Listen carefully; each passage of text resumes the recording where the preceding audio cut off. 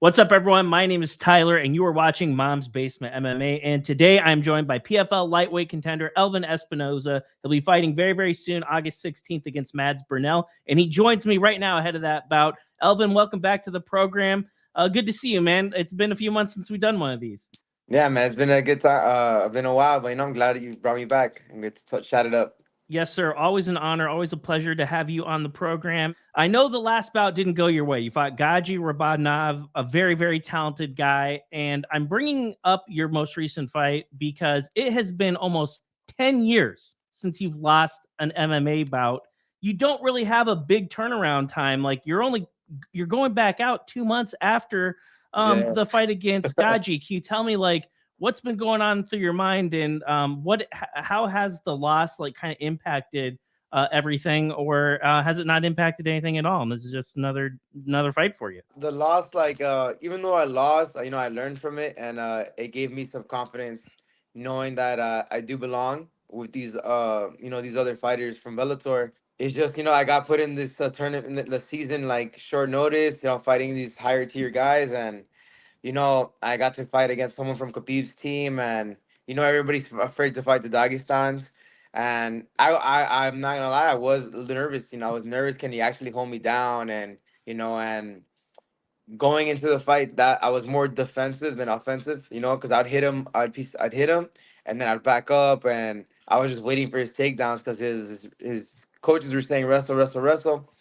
So I was just so hesitant to pull the trigger when I could, because there was times I was just beating him with my jab, Mhm. and then, I gave him more damage than he gave damage to me, and but now I know, like, if we were to fight again, I don't think I won't be nervous, because I know he can't hold me down. He couldn't hold me down, and then if he did take me down, I put him in a submission, and then when I would let go of the submission, I'd just get up.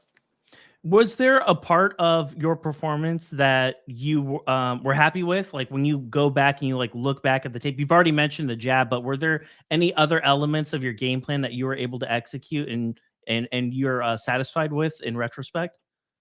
Yeah, I just with the striking, I just had to believe in more. Like I was there. I could have I rocked him a couple of times. I hit him with a couple knees to the head. I got him with a judo throw. So I didn't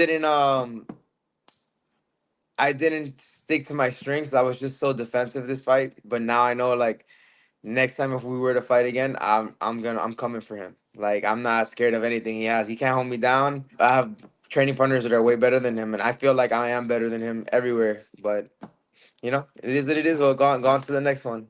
And this is your first full PFL regular season, and here we are coming up. It'll be the third fight of it, and I'm curious, like three fights in, and the very first one was against Piccolotti back in April. Now here we are in August. That's a lot of fights, man, and like one Yeah. giant training camp almost. Like, how is your body? How are you feeling? And is prepping your mind and your body for a full PFL season, has it been difficult?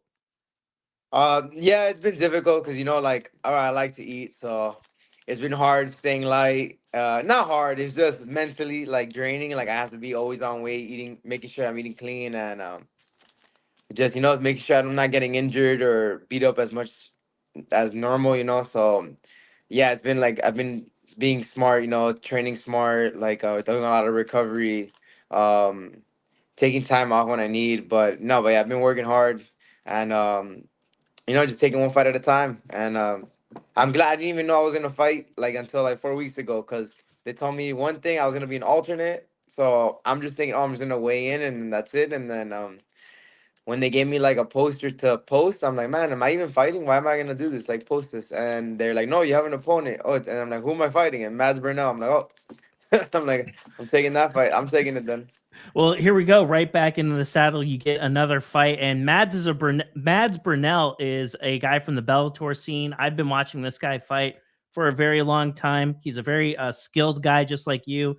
A very dangerous fighter, particularly on the ground. I think of Mads Burnell. I think about somebody who is a submission threat every single time he goes out there. Can you Yeah. tell me, like, what's your opinion of Mads? Like, what makes you excited to fight this guy? I'm excited because Matt comes to fight, man. He's a banger. He boxes. He could wrestle. He could grapple. It's gonna be it's gonna be a banger, that's for sure. So who knows? Maybe I submit him or knock him out. But I'm coming for a finish, you know. But I feel like I just went again. I just fought two of the worst wrestlers, like the scariest wrestlers you could fight in right now, you know. And then Pecolati's a great submission artist, and so is Gadzhi, and you know they couldn't submit me or couldn't finish me. So you know I don't think he's gonna finish me, but I'm coming for him. Stylistically, it's a completely opposite fight for him, considering he just fought Clay. He was able to go to decision with Clay, and I kind of figured he would do pretty well in that fight, just because I know what he wanted to do. I know what the game plan was. I knew he'd be smart enough to go for takedowns and out That grapple Clay. that's And what I figured. I figured like if you're gonna fight Clay and you're a good grappler and wrestler, just wrestle him. you have to, You right? know, it's Why like wouldn't you? why put yourself in that firefight? Even though we know like Mads Burnell likes to box, Hmm. this Clay Collard wants that. He wants to brawl. So like Yeah, I mean, I thought he yeah, executed a great game plan. I was not surprised whatsoever that yeah, he yeah, ended up winning that fight. But stylistically, you and Clay Collard, I'm just saying, you guys are on opposite ends of the spectrum. yeah, And do yeah. you feel like he's going to maybe approach you a little bit differently based off of your skill set? Yeah, I think he'll try to mix up the striking more with me. You know, Mhm. try to like Philly shell and try to box me up. But I'm pretty sure he's gonna try to wrestle me too, cause you know I'm still up and coming. You know, people don't know I can wrestle too. I mean, now they can see I can stop wrestling from Dagestan. So You fought Adam Piccolotti. We know that he's a competent fighter off the ground. We know he has great jiu-jitsu. So does Mads. And for you, does it change anything from your end of it, or is it just kind of like the same Elvin Espinoza show? We're gonna see a lot of pressure. We're gonna see double legs. We're gonna see single legs. We're gonna see a grimy, nasty fight off the cage, and this fight is gonna get down to the ground. Is that more or less the game plan?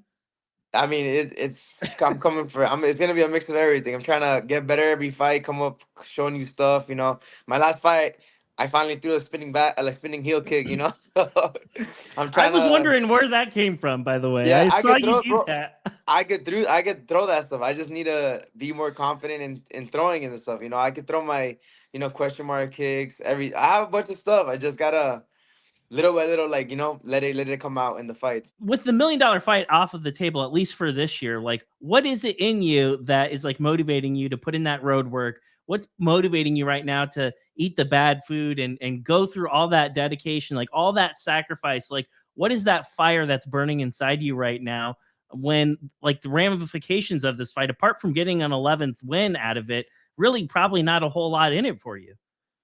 No, it's fighting someone at such a level like him. Like he's been in the UFC, he's been in Bellator, he has a great record.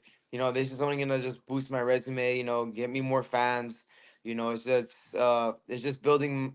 It's building my career. So, it's a good fight for me. The season's not over yet. You never know. Something can happen in the final, and they need me to step in. So we don't know. Something can happen this week, and someone has to pull out. Maybe I get a rematch. Maybe I fight Clay Collard. And I think that's a great attitude. I think that's a great mindset because we've seen that before. And in fact, it happened last year where they snatched up guys that didn't think they were fighting because there were pullouts and there were some issues that happened last season. So obviously, it's a quick turnaround time. Your last bout was in June. Now here we are in August. Who have you been working with for this camp? Have you been looking? Have you been working with the same faces all camp, or do you mix it up a little bit depending on who it is that you're getting ready to fight? well, this camp has been cool. I actually had Robbie Lawler coaching me a lot, so he's gonna be in my corner. I've been working a lot with Gilbert Burns and Herbert Burns, so some new training partners that have been helping me, and still Sydney Outlaw and Andre the Bull, Harrison. So a lot of heavy grappler guys, like good pressure guys that are the worst grapplers you can grapple, and in the gym. So that's who I'm going with, and yeah, that and then learning a lot from Robbie. So it's gonna be a good fight. I got a lot of new tools, and I can't wait to use them. And and show my teammates what I've been working with. Who do you believe is going to be in the championship fight for your weight class? For sure, Brent Primus. Hmm. For sure, Brent Primus. We never know, but I think is gonna win it, that one, and then man, Dufort and Gadazi. My boy's Dufort, so I'm going for Dufort. All right. So. I'm Well, going for him. But that's gonna be a good fight too, you know. And Dufort's a big underdog, so I'm betting on him. I'm betting on him. Make some. hey, I am I too, can't bet. I can't bet, but but I can. you can. I But would I bet on. can. He's like a very big underdog. He's I like saw he plus was plus 400. 400. Yeah. Yeah, and I might put Tree Fitty on that fight. So, yeah, very interesting. I'm really curious to see kind of how that plays out. Yeah. And then for you, obviously, one more fight here against Mads, maybe more, depending on what happens Yeah. with the season. We never know, but assuming this is your last fight and we don't see you again until the 2025 regular season, can you tell me a little bit, like, how has this experience competing in the full PFL season in 2024, how is that going to like impact you, and how's that going to like make you more prepared and better for 2025? No, not next year is gonna be it's gonna be better because now I'm gonna be like mentally like, all right, I already did this once. You know, it's not gonna be like the day before, hey, you're in the tournament now this year. You're like, and it's just like it blew my mind. I'm like, oh crap, like we're doing this year. But you know, so next year I'll be more mentally prepared, and I've actually got to do it. You know, so I think next year is gonna be a lot smoother sailing. You know, and then uh, you know, now I'm have a bigger fan base too, and it's gonna be fun next year. It's gonna be fun. Well, the year is not over though, so that's why I'm thinking positive. There's still a chance, you know. There's still a chance for that million, and I get that belt. So who knows? Hey, puncher's chance, right? Well, what are some of the things that you've been involved in outside of the cage ahead of this fight that you want your supporters to know about? I'm actually today I actually had some cool events. You know, we're gonna be doing an Nicaraguan Heritage Day at the Marlins Stadium. So September 7th, if anybody's out there in Miami wants to come watch, uh, we're gonna be there celebrating. You get a ticket, you get a jersey with the Nicaraguan flag on it. So been doing that, you know, working on my social media too, man. I'm trying to, you know, I don't know if you see, I'm posting more. I'm trying to get out there. You know, I'm like Impa does it a lot, so I'm trying to get there. I got new shirts too. If anybody wants to buy some shirts, let me know. DM me, Th- and we'll send it your way. Those look pretty And slick, I gotta yeah, say. I yeah, like yeah. that. Yeah, man. I'm trying to, you know, take advantage of my, you know, my platform and, you know, grow as a person. And it's a business, man. This is all a business, so I gotta learn how to use it. Yes, sir. It certainly is. Well, and then one final opportunity for you, Elvin. Are there any sponsors or are there any other folks from your gym that you'd like to shout out before we let you go?